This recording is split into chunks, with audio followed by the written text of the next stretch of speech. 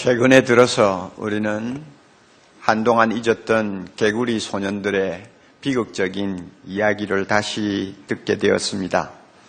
11년 만에 그 개구리 소년들의 유골과 그 다음에 유품들이 발견되면서 다시 한번 우리의 가슴에 아픔을 느끼고 또 함께 슬픔을 맛보는 그런 경험을 했습니다. 처음에 이 사건이 일어났을 때 대통령까지 나와서 담화문을 발표하고 우리 반드시 찾읍시다 하고 국민들을 격려했던 사실도 기억을 합니다. 30만 명이 넘는 군경 합동조사단 그리고 민간인 조사단 학생들이 동원해서 샅샅이 뒤지고 하늘에는 헬리콥터가 다니면서 물밑에는 잠수부들이 다니면서 이 소년들을 찾으려고 무척 애를 썼지만 결국 헛수고였습니다. 그 소년들 가운데서 김종석이라고 하는 학생 부모는 남달리 그 자식들 때문에 부모가 애간장을 태우면서 인생을 살았습니다.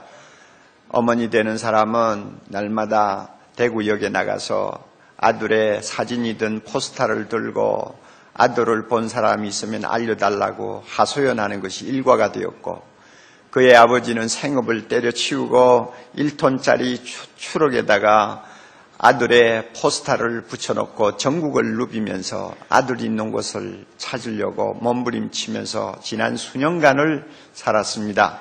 그러다가 홧김에 술 마시고 자포자기 하다가 간암에 걸려서 작년에 세상을 떠나고 말았습니다. 여러분, 이런 개구리 소년들의 부모에게 가장 기쁜 소식이 뭘까요? 그 대답을 들으나 마나합니다. 가장 기쁜 소식은 아들이 살아 돌아오는 거예요. 아들이 살아있다는 것을 전해주는 소식이요, 그 아들을 만나게 되는 것이요, 그 아들을 품에 안고 그동안의 아픔과 슬픔과 눈물을 씻어내는 것이겠죠. 그것만큼 부모에게 기쁜 소식이 세상에 없을 것입니다. 우리가 누가복음 15장 말씀을 1절부터 마지막 절까지 곰곰이 묵상하면서 읽으면 마치 우리 하나님 아버지의 심정을 이 개구리 소년들의 부모들하고 비교를 하면서 느낄 수가 있습니다. 하나님 아버지가 아직도 하나님을 모르고 세상에 나가서 제 마음대로 살고 있는 사람들에게 대해 얼마나 간절한 마음을 가지고 그들이 돌아오기를 기다리는지 우리는 말씀을 통해서 느낄 수가 있어요.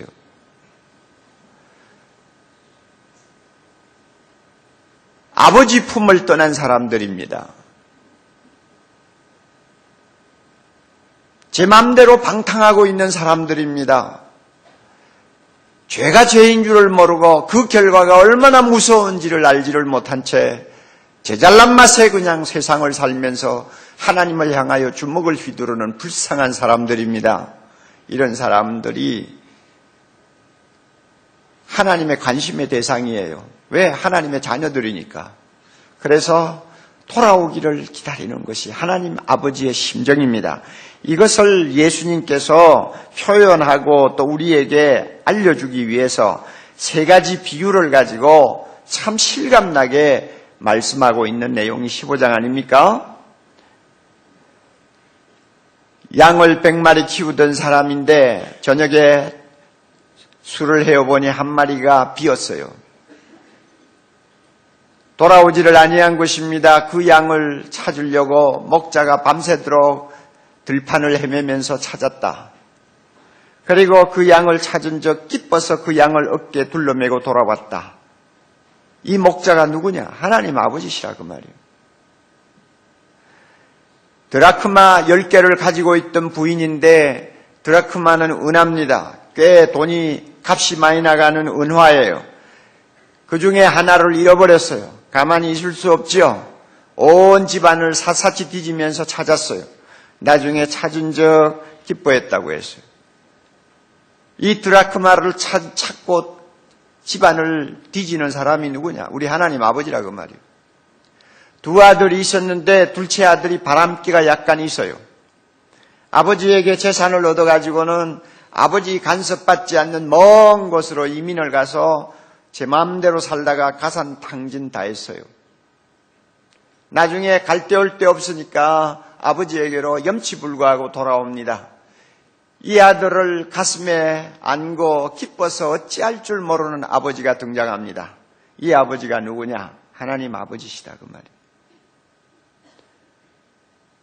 잃어버린 자식을 애타게 찾고 계시는 하나님 아버지, 문 밖에 서서 기다리시는 하나님 아버지, 그리고 그 자식이 돌아오면 세상에 부러울 것이 없이 그 아들 하나만으로 기뻐하고 춤을 추고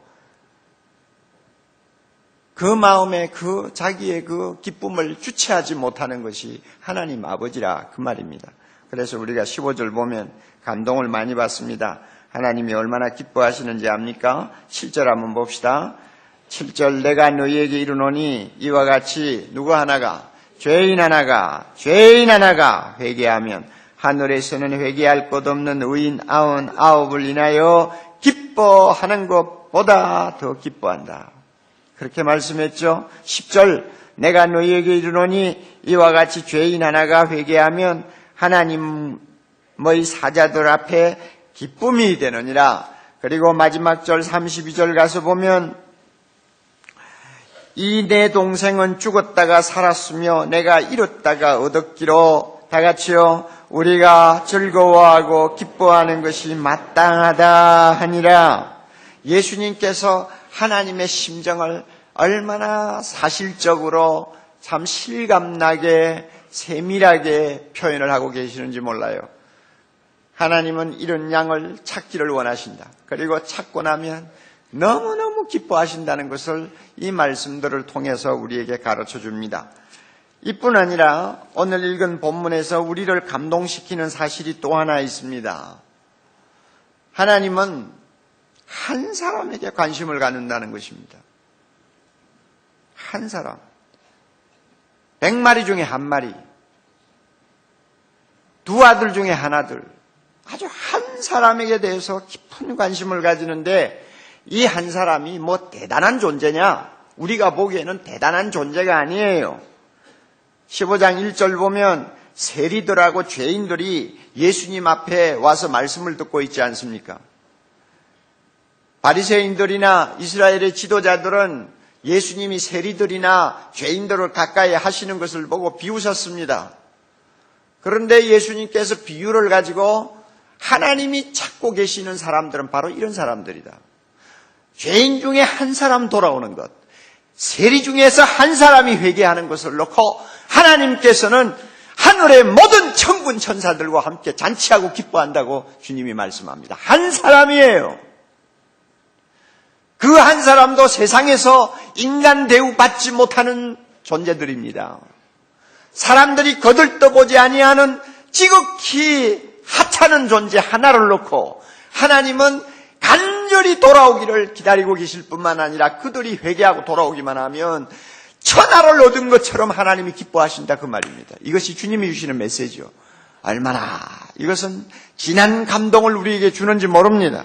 우리는 대각성 전도 집회를 하면서 야 금년에 결신자가 몇 명이 나올까 이거 관심사 아니에요. 우리는 양의 숫자에 굉장히 관심이 많이 가 있습니다. 야 작년에는 2,500명이 예수 믿고 돌아왔다는데 금년에는 작년보다 못하면 안 되지. 더 많이 돌아와야지. 우리는 숫자에 관심을 기울이지 않아요. 그래서 금년에 2,766명이 회개하고 주님의 자녀가 되기로 약속했다. 야 할렐루야 하면서 우리는 흥분합니다. 그런데 하나님의 시각은 달라요. 하나님은 숫자를 가지고 기뻐하시는 분이 아니에요. 만약에 숫자를 가지고 기뻐하신다면 서울 장안만 해도 천만 명이 넘는 사람들이 살고 있는데 한 2,000명, 2,500명 돌아왔다고 하나님이 만족하시겠어요? 숫자를 하나님이 생각하신다면 하나님이 기뻐하시겠어요? 절대 기뻐할 수가 없을 거예요. 한 5만 명이나 데리고 와야 하나님이 빙긋이 웃으실지 몰라요. 우리하고 틀려요. 하나님은 대각성 전도 집회를 통해서 돌아오는 사람들이 세상적으로 유명인사들이기를 바랍니까? 하나님은 그런 거 아니에요. 우리는 전도받아 돌아온 사람 중에 참 우리나라에 알려진 사람이 한두 명 끼어 있으면 그게 화제가 되지 않아요? 이번에 가수 남진 씨가 예수 믿기로 작정했단다. 막 그러니까 여기서 말하고 저기서 말하고, 진짜 나중에 보니까 남진 씨가 결심했더라고요. 여기서 말하고 저기서 말하고 야단벅석들이에요. 한때 용팔이 사건으로 아주 악명을 높였던 그 당사자가 예수 믿었다고 막 소문들이 도니까 사람들이 그거 진짜냐 이러면서 우리는 흥분을 했어요. 그러고 보니까 2부 예배 마치고 그 용팔 씨가 내한테 와서 기도받고 갔단 말이에요. 우리는 뭔가 좀 세상적으로 좀 알려진 사람, 유명한 사람이 회개하고 돌아오면 막 굉장히 관심을 가집니다. 그런데 하나님은 틀려요. 하나님은 세리 중에 하나, 창녀 중에 하나, 세상에서 죄인으로 취급받는 사람 중에 하나, 그 한 사람을 하나님이 소중히 보시는 것입니다. 참 이런 사실을 우리가 말씀을 통해서 확인할 때마다 우리가 얼마나 오염이 되었나 하는 것을 자주 한번 느끼게 되고, 우리 하나님의 심정이 얼마나 대단하신가 하는 것을 우리가 깊이 인식하게 됩니다. 우리는 이 말씀을 통해서 하나님은 영혼을 찾고 계신다. 찾으면 가장 기뻐하신다. 그 찾고 계시는 대상이 수많은 사람이 아니라 한 사람이다. 그것도 세상적으로 유명하지 않는 한 사람.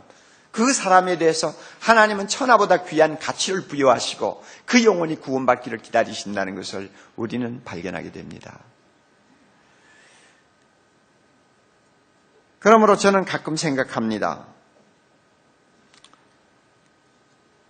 목회자의 영광이 선교사의 영광을 따라갈 수가 없다고요. 저는 한 교회를 목회하는 목사입니다. 아무리 대형교회 수만 명이 모이는 교회라도 이 교회에서 목회하는 옥목사의 영광과 저 아프리카 오지에 가서 아무도 알아주지 않는 곳에서 복음 들고 외롭게 말씀을 전하려고 평생을 실험하는 무명의 선교사와 비교할 때 하나님 앞에서는 그 선교사의 영광이 훨씬 빛이 납니다. 왜? 하나님이 이 세상을 구원하시고 한 영혼을 구원하시려고 하는 일에 더 많은 관심을 갖고 있기 때문입니다. 여러분 가운데서 전도하는 일에 참 전심을 기울이는 분들 많이 계시지 않아요? 조금 전에도 조은파 집사님을 제가 만났는데 그분은요, 주일날하고 수요일날은 쉬지를 못해요. 한국에 있는 모든 교회로부터 초대를 받아가지고 가서 간증하고 집회한다고요. 왜냐하면 전도를 너무 잘하니까 그 사람을 불러서 뭔가 전도하는 비법을 좀 들으려고 정신없이 불려다녀요. 그렇게 복음을 전하려고 뜨거운 가슴을 안고 실험하는 평신도 여러분은 이 단에서 설교하는 옥목사보다도 하나님 앞에 더 영광스러운 존재입니다. 전도자의 영광을 설교자가 따라갈 수가 없어요. 그만큼 하나님은 한 영혼을 구원하는 일을 가장 우선에 두고 계십니다.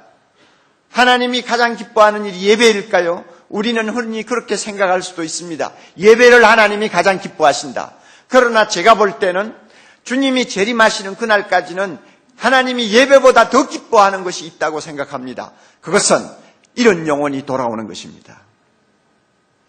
아무리 우리가 99마리의 양들이 화려한 예배를 주님께 드린다 할지라도 이런 양 하나를 구원해서 주님 앞에 찾아오는 그 사람보다는 기뻐하지 아니할 것입니다. 이런 의미에서 저는 선교사들의 생활에 대해서 관심을 많이 갖습니다. 제가 선교사가 되지 못하기 때문에 저보다도 위대한 삶을 사는 그들을 좀 배우고 싶고 그들의 아름다운 마음과 그 믿음을 좀 내가 모방이라도 하고 싶어서 이 선교사들의 삶에 대해서 관심을 많이 가집니다. 그래서 그들의 책도 가끔 읽는데요. 얼마 전에 제가 읽은 책 가운데 참 저를 감동시키는 선교사의 일대기가 있었습니다. 짐 엘리엇이라고 하는 선교사입니다. 아마 이 선교사를 여러분이 기억하시는 분은 거의 없을 거예요. 짐 엘리엇은 미국의 유명한 대학 휘튼에서 우등생으로 졸업을 했습니다. 젊어서부터 하나님이 가장 기뻐하시는 일은 영혼 구원하는 일이라는 사실을 알고 나서 자기의 삶을 가장 하나님이 기뻐하는 일에 바치기로 결심을 했습니다. 그런데 그가 들으니까 남미에 아우카족이라고 하는 부족이 살고 있는데, 정글 속에서 사는 부족인데 숫자가 얼마나 되는지도 몰라요. 이 족은 얼마나 사나운지 100인만 보면 죽여요.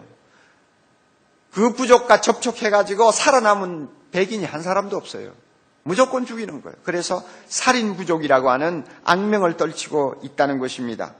그래서 아무도 선교사가 들어갈 수가 없다는 것입니다. 그 말을 듣고 짐 엘리엇은 내가 그들을 찾아가야 되겠다. 하나님께서 그들을 구원하시기를 원하시고 그들이 예수 믿으면 하나님이 얼마나 기뻐하실까. 그러니 하나님이 기뻐하시는 그 일을 위해서 내가 그들을 찾아가야 되겠다 하는 마음을 갖고 6년 동안 하나님께 기도했습니다.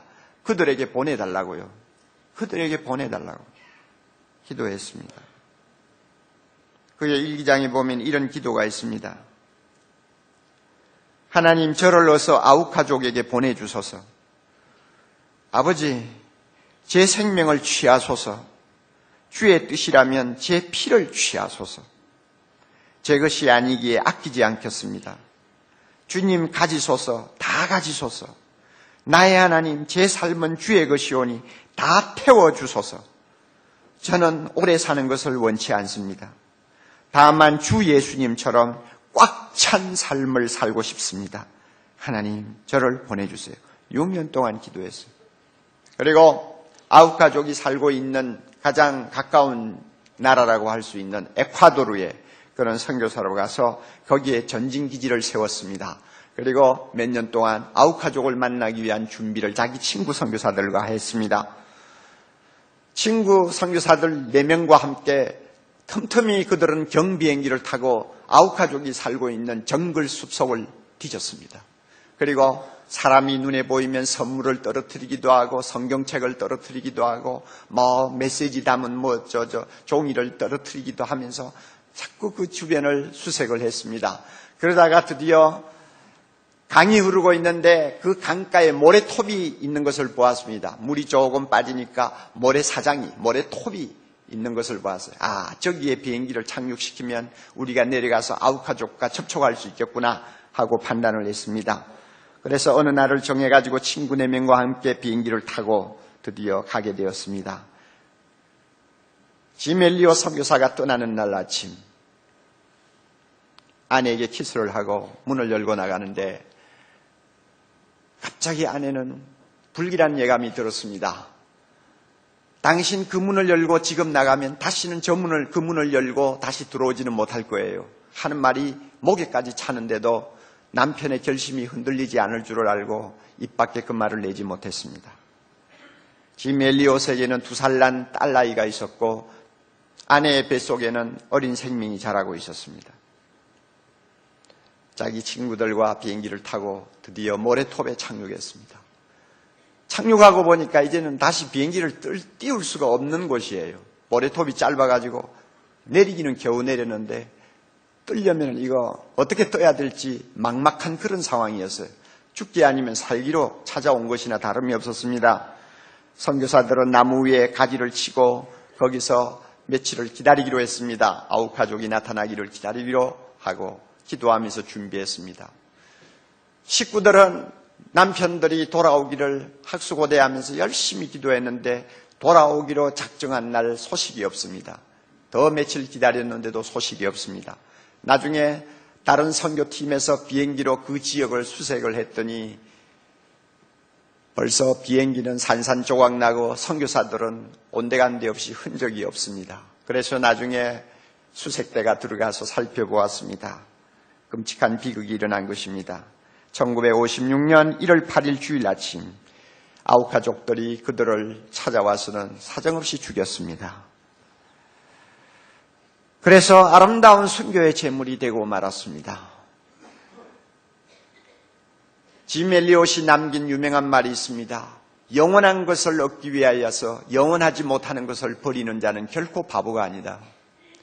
그 말을 남겼는데 그가 피를 뿌리고 순교의 제물이 된 다음 그의 아내의 뱃속에 있었던 유복자가 태어나서 수십 년이 지난 후 자기 아버지가 순교한 그 부족을 찾아갔습니다. 그리고 드디어 아우카족을 선교하는 데 성공을 했습니다. 아버지의 피를 하나님이 받으시고 아들을 통해서 그 부족을 구원하시는 하나님의 섭리를 우리는 이해할 수가 없지만 분명한 것은 하나님이 가장 기뻐하는 일에 짧은 한 생을 바치겠다고 하는 그 젊은 선교사의 뜨거운 열정, 이것은 저와 같은 사람에게는 엄청난 도전이 될 수밖에 없습니다. 여러분에게도 마찬가지일 것입니다. 하나님이 가장 원하시고 기뻐하시는 일, 한 영혼을 구원하는 것, 세상을 구원하는 것, 이것입니다. 이런 의미에서 이번 대각성 전도 집회를 하나님이 기뻐하셨다고 저는 믿습니다. 또 사랑의 교회를 하나님이 아직도 사랑하시고 이 교회 안에 생명의 불꽃이 꺼지지 아니하고 계속 타오르는 것은 우리가 지난 25년 동안 끊임없이 우리 이웃에 있는 영혼들을 향한 열린 마음을 가지고 그들을 구원하려고 노력했기 때문입니다. 1년에 많으면 2번, 적으면 1번, 몇 달씩 우리는 기도하면서 준비하고 배신자들을 가슴에 품고 하나님 앞에 부르짖고 그들을 찾아가서 우리의 사랑을 전하고 그들을 데리고 와서 복음을 듣게 하는 일에 우리가 전심을 다하였기에, 그리고 수만 명이 이 집회를 통해서 지난 20년이 넘도록 하나님 앞에 구원받고 돌아오는 역사가 있었기에 하나님이 이 교회를 사랑하시고 기뻐하신다고 저는 믿습니다. 우리 모두를 하나님이 기뻐하신다고 믿습니다. 왜? 우리 중에 하나님을 찾아 두 손 들고 돌아온 탕자가 있기 때문입니다. 우리 중에 이런 양이 끼어서 하나님을 예배하기 때문입니다. 이런 교회를 하나님이 사랑하십니다. 우리 모두가 이 사실을 마음에 담고 오늘 하나님 앞에 영광을 돌릴 수 있기를 바랍니다. 이번 대각성 전도 집회를 통해서 5,300명 가까운 분들이 와서 복음을 들었습니다. 그리고 그 가운데 54%에 해당하는 사람들이 예수 믿고 돌아왔습니다. 2,766명이 예수 믿기로 작정하고 카드를 제출했습니다. 그 가운데서 매년마다 보면 한 반이 떨어져 나가요. 2,500명이 예수 믿고 하나님 앞에 두 손 들고 결심을 했는데 얼마 지나고 나면은 그 중에 반 가까운 사람들이 다시 주저앉아 버려요. 금년에는 이와 같은 안타까운 일이 안 생겼으면 좋겠어요. 하나님이 기뻐하시고 계십니다. 돌아온 영혼들을 품으시고 하나님께서 하늘에서 잔치하고 계세요. 그래서 오늘 우리 주일 예배도 잔치 분위기를 좀 만들어 보려고, 그래서 하나님과 함께 춤을 춰 보려고, 천국에 있는 천군 천사들과 함께 한번 댄스를 해보려고 작정을 했습니다. 그런데 댄스할 공간이 있어야 댄스를 하죠. 우리가 이 사실을 한시도 잊지 말고 하나님의 기쁨에 우리 모두가 동참하는 오늘이 될 수 있기를 바랍니다. 하나님이 여러분에게 축복하시고 이번 대각성 전도 집회에 열심히 주님 앞에 충성하신 여러분, 비록 여러분의 태신자가 결신하지 않았다고 해도 괜찮아요. 하나님이 기뻐하시는 일에 내가 마음을 두고 몇 달 동안 전심을 쏟았다는 그 자체 하나로 하나님은 굉장히 크게 보시고 여러분을 사랑하시고 축복하실 줄 믿습니다. 하나님의 놀라운 기쁨이 우리 가운데서 샘이 되어 솟아오르는 아름다운 주일이 될 수 있기를 바랍니다. 다 같이 기도하십시다. 고마우신 하나님 아버지, 대각성 전도 집회를 통해서 수천 명의 영혼이 복음을 듣게 하시고 그 가운데서 주님이 찾고 계시는 귀한 생명들이 우리 하나님 앞으로 돌아올 수 있도록 은혜 주신 것 감사합니다. 우리 하나님 기뻐하시는 그 기쁨에 우리도 오늘 동참하기를 원합니다. 하나님이 기뻐하시기에 우리도 기뻐하기를 원합니다. 그리고 하나님이 기뻐하시는 일에 앞으로 더 쓰임받기를 원합니다. 축복해 주시옵소서. 오늘 우리 중에 예수 처음 믿고 예배에 참석하신 형제자매들도 계실 줄 믿습니다. 우리 하나님 그들을 품으시고 그들의 모든 죄를 용서하시고 하나님의 자녀된 기쁨을 가슴 가득히 안겨주시옵소서. 예수님 이름으로 기도하옵나이다. 아멘.